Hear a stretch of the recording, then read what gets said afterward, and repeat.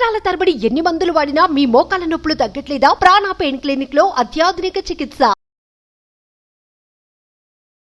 నమస్కారం ఠాగూర్ గారు. నమస్తే అమ్మ. సరే, కోల్కతాలో జరిగిన ఇన్సిడెంట్ గురించి మనం డే టు డే ప్రోగ్రెస్ గురించి మాట్లాడుకోవడం జరుగుతూ ఉంది. అలాగే నిన్న మనం చూస్తే ర్యాలీ అనేది జరిగింది. దానికి మమతా బెనర్జీ గారు స్పందించిన విధానాన్ని మనం చూస్తే అక్కడ విమర్శకు ఎక్కువగా దారితీసే అవకాశాలు కనిపిస్తూ ఉన్నాయి. అసలు ఒక రాజకీయ పార్టీలు ఈ కేసుని డైల్యూట్ చేసే అవకాశం ఏమైనా ఉందా సార్? ఖచ్చితంగా బహుశా అలానే కనిపిస్తోంది. అంటే నిన్న జరిగినటువంటి బంద్, వెస్ట్ బెంగాల్ వ్యాప్తంగా నిన్న జరిగిన బంద్ కొంత హింసాత్మక సంఘటన దారితీసింది. అదే సమయంలో మమతా బెనర్జీ గారు ఇచ్చినటువంటి స్టేట్మెంట్స్ కూడా కొంత వివాదాలకి, విమర్శలకు కూడా దారితీస్తుంది. ముఖ్యంగా ఏదైతే మనం ఆగస్టు 9th హర్రర్ అని చెప్పుకుంటున్నామో, దీనికి సంబంధించి చకచకా జరుగుతున్నటువంటి కొన్ని పరిణామాలు, ముఖ్యంగా దీనిని రాజకీయ పార్టీలు హైజాక్ చేసి ఎవరికి వారు అనుకూలంగా మార్చుకునే ప్రయత్నం కూడా చేస్తున్నారు. అయితే ఒక్కొక్క పార్టీని సంబంధించి మనం పక్కన పెడితే, మన వన్ డే బిఫోర్ అక్కడ మనకి నిబంధన ర్యాలీ జరగడం, దాన్ని బీజేపీ ప్రభుత్వం దాన్ని హైజాక్ చేసుకోవడం మనకు కనిపించింది. అది పూర్తిగా బీజేపీ వాళ్ళు చేసిన పార్టీగా కనిపించింది. దాన్ని వామపక్ష పార్టీలు కానీ తృణమూల కాంగ్రెస్ దాన్ని ఆ ర్యాలీలో పార్టిసిపేట్ చేయలేదు. అయితే నిన్న డైరెక్ట్గా మమతా బెనర్జీ గారు ఇచ్చిన స్టేట్మెంట్ ఏదైతే ఉందో, మోడీ బాబ్ అని గట్టిగా ఉద్ఘాటిస్తూ తన ఒక వర్డ్ని వాడడం జరిగింది. ముఖ్యంగా మా రాష్ట్రంలో కానీ అల్లర్లు కానీ ఏవైనా హింసాత్మక సంఘటన జరిగితే ఇవి పక్క రాష్ట్రాలు అస్సాం, బీహార్, జార్ఖండ్, అదేవిధంగా యూపీ, అన్ని మిగిలిన రాష్ట్రాలకు కూడా వర్తింపజేస్తుంది. దేశవ్యాప్తంగా సమస్యలు వెళ్తుంది, బీ కేర్ఫుల్ అన్నట్టుగా మోడీ గారిని హెచ్చరిస్తూ మమతా బెనర్జీ గారు చేసినటువంటి వ్యాఖ్యలు మాత్రం సర్వత్రా విమర్శలకైతే దారితీస్తుంది. దీని మీద ఆల్రెడీ అస్సాం ముఖ్యమంత్రి ఇమ్మీడియట్గా రెస్పాండ్ అయ్యి, మీ రాష్ట్ర సమస్య, మీ రాష్ట్ర నిరసనలు, ధర్నాలు మీకు మీరు మాట్లాడుకోండి, అంతేగాని పక్క రాష్ట్ర మా పేర్లు ఇందులో చెప్పే అవకాశం లేదని చెప్పి ఆల్రెడీ హేమంత్ శర్మ, అస్సాం ముఖ్యమంత్రి హేమంత్ శర్మ కూడా ఒక రియాక్ట్ అయ్యారు, రిటార్ట్ కూడా ఇచ్చారు. అయితే మమతా బెనర్జీ గారు ఇది రాష్ట్ర వ్యాప్తంగా జరిగిన సమస్య కాకుండా దీనిని డైల్యూట్ చేసే పనులు, అంటే తన తప్పుని కప్పిపుచ్చుగా ప్రయత్నం ఉన్నారు. ముఖ్యంగా బాధిత కుటుంబాల దగ్గరికి వెళ్ళి సారీ అని అవడం చెప్పడం. అవును, బాధిత కుటుంబాలకి, విక్టిమ్కి జరిగిన అన్యాయం సారీ అని, అది ఎప్పుడు చెప్పాలి సారీ? ఇది ఇమీడియట్ జరిగి చెప్పాల్సిన అవసరం పోయి, సంఘటన జరిగి సిబిఐ ఎంక్వైరీ ఇంత జరిగిన తర్వాత ఎప్పుడైతే అత్యధికంగా ఈ నిరసనలు, ఆందోళనలు జరుగుతున్న సందర్భంలో ఇప్పుడు సారీ చెప్పడం, అది ఆ సిచ్యువేషన్ని తగ్గించేటట్టుగా కాకుండా దాన్ని ఇంకా పెంచే విధంగా మాట్లాడడం జరిగింది. ఆ సారీ అని చెప్పడం, ముఖ్యంగా తను చెప్పడం ఏంటంటే, బిల్లును ప్రవేశపెడతాం, కమింగ్ అసెంబ్లీలో మేము బిల్లును ప్రవేశపెడతాం, రేపిస్టులకి, మర్డర్స్కి యాంటీగా ఉన్నటువంటి అసెంబ్లీలో తీర్మానం చేపడతాం. యాక్చువల్గా అసెంబ్లీలో తీర్మానం పెట్టిన తర్వాత ఈ అసెంబ్లీ ఆమోదం అయిన తర్వాత గవర్నర్కి పాస్ ఆన్ అవుతుంది. గవర్నర్ గారు దీని మీద ముద్ర తెలపకపోతే మేము గవర్నర్ రాజ్భవన్ ముందు కూడా మేము ధర్నాలు, నిరసనలు తెలుపుతామని చెప్తూ వార్నింగ్ ఇచ్చారు. గవర్నర్ యొక్క రాజ్భవన్ ముందర కూడా మేము ధర్నాలు, స్ట్రైకులు చేస్తామని చెప్పడం జరిగింది. ఎట్ ద సేమ్ టైం ఇదే ఒక ప్రైవేటు బిల్లుని మేము లోక్సభలో కూడా ప్రవేశపెడతామని తృణమూల కాంగ్రెస్ పార్టీలో ఉన్న అభిషేక్ ముఖర్జీ కూడా ఒక స్టేట్మెంట్ చెప్పాడు.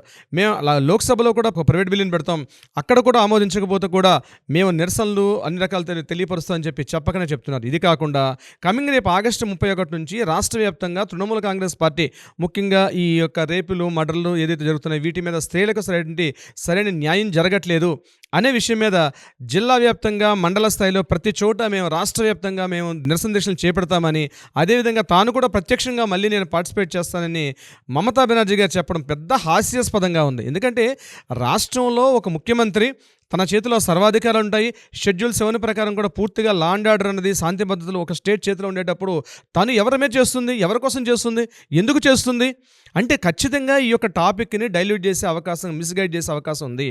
ముఖ్యంగా ఎవరినో రక్షించే ప్రయత్నం చేస్తుంది. అక్కడ ఆల్రెడీ బిల్లులు ఉన్నాయి, చట్టాలు ఉన్నాయి, యాక్ట్స్ ఉన్నాయి, అవి ప్రాపర్గా ఇంప్లిమెంట్ చేయాల్సిన బాధ్యత ఆ రాష్ట్ర ముఖ్యమంత్రి మీద ఉన్నప్పుడు ముఖ్యమంత్రి తన స్వయంగా నేను ధర్నాలోను వాటిలో పార్టిసిపేట్ చేస్తానని చెప్పడం కొంత హాస్యాస్పదంగా అయితే ఉంది.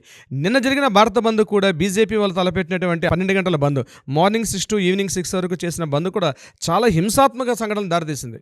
రాష్ట్ర వ్యాప్తంగా ముఖ్యంగా బీజేపీ వాళ్ళని ఎక్కడెక్కడ అడ్డుకోవడం అయితేనేమి, రైలు రోకోలు చేసే సందర్భాలు అయితేనేమి, ఆటోలు, రిక్షాలు, చాలా వరకు కలకత్తా నగర జీవనం పూర్తిగా స్తంభించిందని చెప్పుకోవచ్చు మనకు అందుతున్న వార్తల ప్రకారం అయితే. కానీ నిరసనలు ఇవి కాదు అక్కడ. యాక్చువల్గా మనకు జరగాల్సింది విక్టిమ్కి న్యాయం జరగాలి, ఎవరైతే అక్కడ అందులో ఉన్నటువంటి దోషులకు శిక్ష చేయాలి.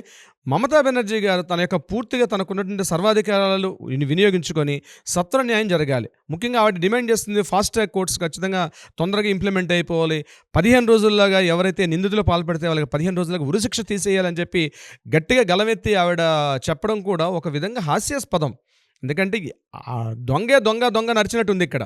దొంగతనం చేసిన వాడే బయటకు వచ్చి దొంగ నడిస్తే అసలు దొంగను ఎలా పట్టుకోవాలి మనం ఇందులో? సో ప్రజాస్వామ్యం అందే అవహేళన జరుగుతుంది ఈ విషయంలో. ఈ విషయాన్ని తృణమూల్ పార్టీ యొక్క విద్యార్థి విభాగం అంటే ఛాత్ర పరిషత్ అంటారు, స్టూడెంట్స్కి వింగ్ అనమాట, అది ఆవిర్భావ దినోత్సవం చేశారు. ఇక్కడ చూడండి, ఎప్పుడైతే ఈ సంఘటన జరిగిన తర్వాత మొత్తం వైద్య విద్యార్థులు, medical, health workers, total nursing విభాగం వీళ్ళందరూ కలిసి అక్కడ ఛాత్ర పరిషత్ ఏర్పాటు చేస్తే, ఇక్కడ తృణమూల కాంగ్రెస్ పార్టీ వాళ్ళు కూడా మరొక ఛాత్ర పరిషత్ ఏర్పాటు చేసి దాని ఆవిర్భావ దినోత్సవాన్ని మరలా దాన్ని హైలైట్ చేసుకుంటూ ఈ టాపిక్ని కంప్లీట్గా హైజాక్ కింద చేస్తున్నారు.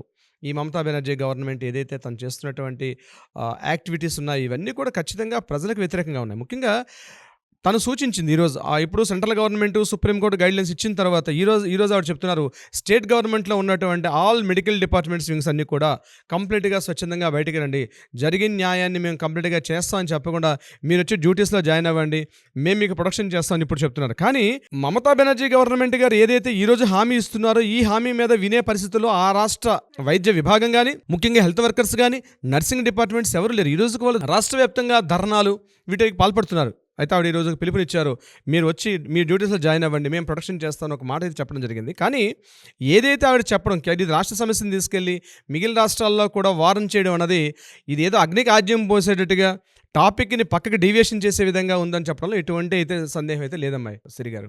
అండ్ మీరు చెప్పినట్టుగానే సార్, మీరు చెప్తూ ఉంటే నిజంగా అక్కడ ఎవరినో ఒకరిని రక్షించడానికి ఇలాంటి మిస్గైడ్ ఎన్నో మనం చూస్తున్నాం. స్టేట్మెంట్ కావచ్చు, ఈ కేసు డిలే అవ్వడానికి కావచ్చు, అండ్ అక్కడ రెనోవేషన్ అవ్వడానికి కావచ్చు, ఇవన్నీ కూడా మనం చూస్తూ ఉంటే అక్కడ ఎవరినో ప్రొటెక్ట్ చేయడానికి ఇవన్నీ జరుగుతున్నాయి అని అనిపిస్తుంది. సో ఇంకా నిజాలు అనేవి బయటపడే అంటే ప్రధానంగా ప్రజలకి విషయాలని తెలుస్తున్నాయి. ప్రజలకు తెలుస్తుంది. సోషల్ మీడియా కానీ, ఎలక్ట్రానిక్ మీడియా కానీ, ప్రింట్ మీడియా కానీ బాగా అవేర్నెస్ ఉన్నప్పుడు, అన్ని విషయాలు తెలుస్తున్నప్పుడు ఎవరినో దాచిపెడుతున్నారనే విషయం క్లియర్గా స్పష్టంగా కనిపిస్తుంది. ప్రత్యేకంగా ఏంటంటే చిన్న సంఘటన చెప్తాను. కల్పిట్తో ఉన్నటువంటి సంజయ్ రాయ్కి దగ్గరగా సహాయం చేస్తున్నటువంటి ఏఎస్ఐ అతన్ని నిన్న పాలిగ్రాఫ్ టెస్ట్ చేశారు. అతను కొన్ని సంచలన నిజాలు బయటపెట్టాడు. అతను దగ్గరగా ఉండి సంజయ్ రాయ్కి చాలా హెల్ప్ చేసేవాడు. సంజయ్ రాయ్కి అదేవిధంగా సందీప్ ఘోష్కి మధ్య చాలా సాన్నిహిత్యం ఉందన్నట్టుగా అందులో తెలియపరచడం. ఆయన పాలిగ్రాఫ్ టెస్ట్లో కొన్ని క్వశ్చన్స్ అడిగేటప్పుడు ఆయన కూడా విషయాలు అదేవిధంగా బయటపెట్టాడు. మెయిన్ ఇంకొకటి ఏంటంటే సంజయ్ రాయ్ వాడుతున్న బైక్ ఏదైతే ఉందో ఆ బైక్ని హైజాక్ చేసి ఆ బైక్ని చూస్తే అది ఆ రాష్ట్ర పోలీస్ కమిషనర్తో వాడుతున్నటువంటి బైక్గా తెలిసింది మనకి. అంటే రాష్ట్ర పోలీస్ కమిషనర్ ఇమ్మీడియట్గా ఎందుకు పోలీస్ కమిషనర్ చెప్పడం జరిగింది, పోలీస్ కమిషనర్ గారు ఇమ్మీడియట్గా బయట రాగానే సూసైడ్ అని చెప్పిన వ్యక్తి కూడా ఆయననే. అవును, ఈ సంఘటన జరిగిన తర్వాత ఎప్పుడైతే ఆ పోలీస్ కమిషనర్ బయటకు వచ్చి ఇది సూసైడ్ అని చెప్పడం జరిగింది. ఈయన వాడుతున్న బైక్ పోలీస్ కమిషనర్ పేరు మీదుగా ఉంది. అంటే ఏదో ఒక తెలియని ఒక రహస్యం జరుగుతుంది. ఆర్జికర్ మెడికల్ కాలేజీలో ఏదో జరిగింది. కొన్ని వందల వేల మంది విద్యార్థులకు భవిష్యత్తు ఈరోజు ఆ రాష్ట్ర ప్రభుత్వం తీసుకున్న నిర్ణయాల మీద ఆధారపడి ఉంటుంది. అంటే ఈ విద్యార్థులకు భరోసా కల్పించాల్సిన బాధ్యత కూడా ఆ రాష్ట్ర ప్రభుత్వానికి ఉంది. ముఖ్యంగా వైద్య ఆరోగ్య శాఖ మంత్రిగా ఉన్నటువంటి మమతా బెనర్జీ గారి చేతుల మీదుగా ఉంది. అట్లీస్ట్ ముఖ్యమంత్రిగా కాకపోయినా వైద్య ఆరోగ్య శాఖ మంత్రిగా అయినా తన యొక్క బాధ్యతల్ని రిజైన్ చేసి తను స్వచ్ఛంగా రాగలిగితే ప్రజల్ని కొంత నమ్మకం కలిగించాలి. ఆ రాష్ట్ర ప్రజలకి నేను న్యాయంగా ఉన్నాను, నేను క్లియర్గా ఉన్నట్టు ఒక భరోసా కల్పించినప్పుడు ఈ నిరసనలు, ఈ ఆగ్రహజాలు కొంత తగ్గే అవకాశం ఉంటుంది. మెయిన్ కంటెంట్ ఏదైతే ఉందో, ఏదైతే అభయ కేసు అనుకుంటున్నాం, ఆగస్టు 9 హరణ అనుకుంటున్నాం, ఆ అమ్మాయికి న్యాయం జరిగే దిశగా, దోషులను శిక్షించే విధంగా జరిగే మార్పుకు నాందివాచకం పలుకుతుంది. మిగిలిన విషయాలు మనం అప్ టు డేట్ ఎలాగ అప్డేట్ చేస్తున్నాం కాబట్టి ఈరోజు మిగిలిన విషయాలు మనం తర్వాత చర్చించుకుందాం. డెఫినెట్గా సార్, ప్రతి ఒక్కరి ఇంటెన్షన్ కూడా అదే, ఆ అమ్మాయికి అయితే న్యాయం జరగాలని మనం కూడా అదే ఉద్దేశంగా పోరాటం జరుగుతూ ఉంది. Anyways, thank you sir, thank you so much. Thank you so much అమ్మసిరి.